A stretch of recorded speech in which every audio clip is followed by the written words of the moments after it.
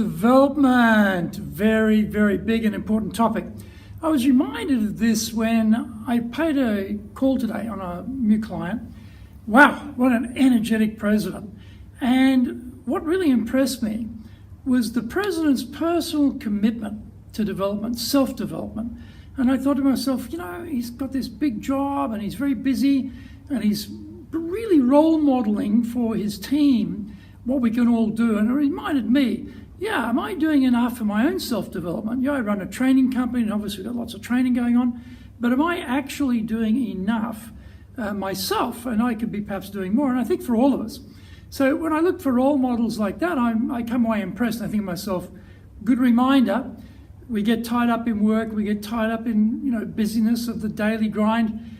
Don't forget to work on ourselves. When we think about saving money or investing, we talk about pay yourself first and then live off the rest of the money. It's a little bit like that with our time. We should be paying ourselves first with our time in terms of our own development and then making everything else fit into what's left rather than the other way around. So there's a thought for everyone. Let's think about our self-development. Let's try and work more on that and try and get ourselves to become more productive and happier and more effective in our businesses and life in general. So the thought for the final part of the week is, we got the weekend coming up.